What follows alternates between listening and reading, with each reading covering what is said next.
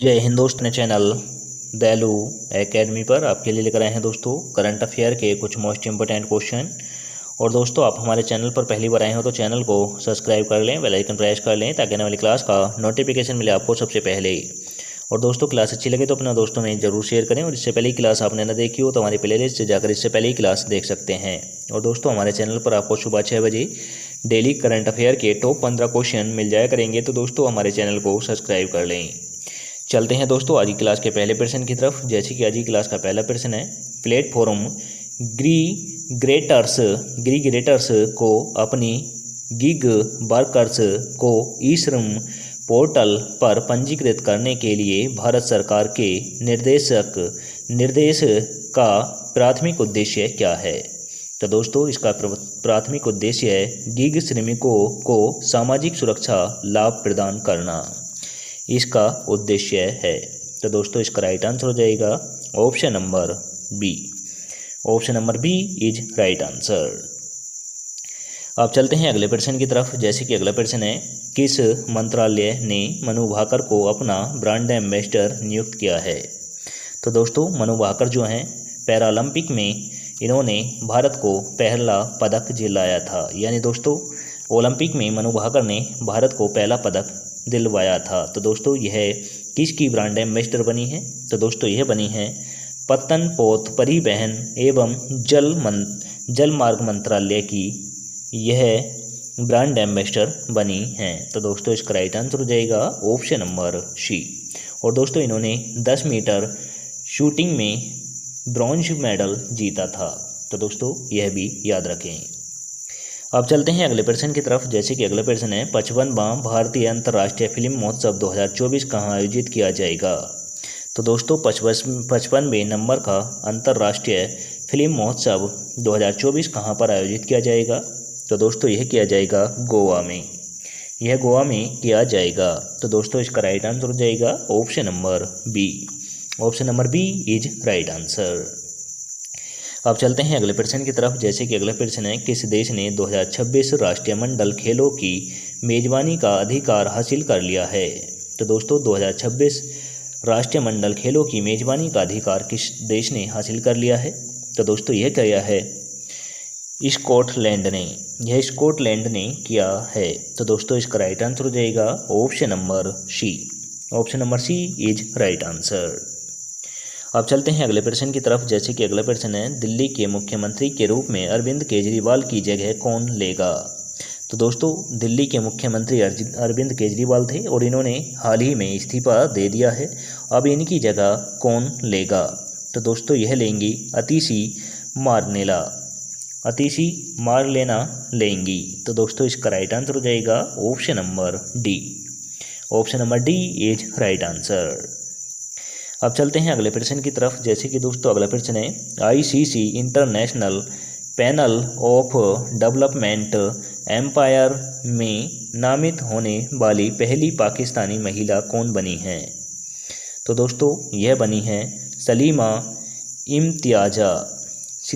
इम्तियाजा बनी हैं। तो दोस्तों इसका राइट आंसर हो जाएगा option number A. Option number A is right answer. अब चलते हैं अगले प्रश्न की तरफ। जैसे कि अगला प्रश्न है, किस देश ने रिकॉर्ड 5वीं बार पुरुष एशियाई चैंपियनशिप ट्रॉफी जीती है? तो दोस्तों रिकॉर्ड 5वीं बार पुरुष एशियाई चैंपियनशिप ट्रॉफी किस देश ने जीती है? तो दोस्तों यह जीती है अपने देश भारत ने जीती है। तो दोस्तों इसका राइट आंसर हो जाएगा option number D. Option number D is right answer. Bharat की राजधानी दोस्तों नई दिल्ली है, मुद्रा रुपया है। चीन की राजधानी बीजिंग है, मुद्रा रेमनबी या युआन है। पाकिस्तान की राजधानी दोस्तों इस्लामाबाद है, मुद्रा रुपया है। जापान की राजधानी टोक्यो है, मुद्रा येन है। अब चलते हैं अगले प्रश्न की तरफ। जैसे कि दोस्तों अगला प्रश्न है, चेन्नई में राष्ट्रीय संगोष्ठी अभ्यास एकिया का प्राथमिक फोकस क्या है? तो दोस्तों इसका प्राथमिक फोकस है आपदा प्रबंधन इसका प्राथमिक फोकस है। तो दोस्तों इसका राइट आंसर हो जाएगा option number A. Option number A is right answer. अब चलते हैं अगले प्रश्न की तरफ। जैसे कि अगला प्रश्न है, राष्ट्रीय एल्यूमिनियम निगम के अध्यक्ष और प्रबंध निदेशक के रूप में किसे नियुक्त किया गया है? तो दोस्तों यह किया गया है विजेंद्र प्रताप सिंह को। विजेंद्र प्रताप सिंह को किया गया है। तो दोस्तों इसका राइट आंसर हो जाएगा option number D. Option number D is right answer. अब चलते हैं अगले प्रश्न की तरफ। जैसे कि दोस्तों अगला प्रश्न है, कौन सा देश COP9 ब्यूरो की दूसरी औपचारिक बैठक और खेल में डोपिंग के खिलाफ यूनेस्को के अंतर्राष्ट्रीय सम्मेलन के तहत फंड अनुमोदन समिति की तीसरी औपचारिक बैठक की मेजबानी कौन करने के लिए तैयार है? तो दोस्तों ये है अपना देश भारत। अपना देश भारत है। तो दोस्तों इसका राइट आंसर हो जाएगा option number A. Option number A is right answer. जिक्र हुआ है अपने देश भारत का, तो दोस्तों भारत की राजधानी नई दिल्ली है, मुद्रा रुपया है। संयुक्त राज्य अमेरिका का जिक्र हुआ है, तो दोस्तों संयुक्त राज्य अमेरिका की राजधानी वाशिंगटन DC है, मुद्रा डॉलर है। और दोस्तों जिक्र हुआ है यहाँ पर ऑस्ट्रेलिया का भी, तो दोस्तों ऑस्ट्रेलिया की राजधानी कैनबरा है, मुद्रा डॉलर है। अब चलते हैं अगले प्रश्न की तरफ। जैसे कि दोस्तों अगला प्रश्न है, एक राष्ट्र एक चुनाव प्रस्ताव पर रिपोर्ट केंद्र मंत्रिमंडल को सौंपने वाली समिति का नेतृत्व किसने किया? तो दोस्तों इसका नेतृत्व किया रामनाथ कोविंद ने। रामनाथ कोविंद ने किया था। तो दोस्तों इसका राइट आंसर हो जाएगा ऑप्शन नंबर सी। और दोस्तों यह हमारे देश के पूर्व राष्ट्रपति रह चुके हैं। अब चलते हैं अगले प्रश्न की तरफ। जैसे कि अगला प्रश्न है, किस राज्य में एक व्यक्ति में अंतर्राष्ट्रीय यात्रा के बाद लक्षण दिखाने के बाद मंकी पॉक्स का संदिग्ध मामला सामने आया है? तो दोस्तों मंकी पॉक्स का संदिग्ध मामला किस राज्य में देखने को मिला है? तो दोस्तों यह मिला है केरल में। यह केरल में मिला है। तो दोस्तों इसका राइट आंसर हो जाएगा option number D. Option number D is right answer.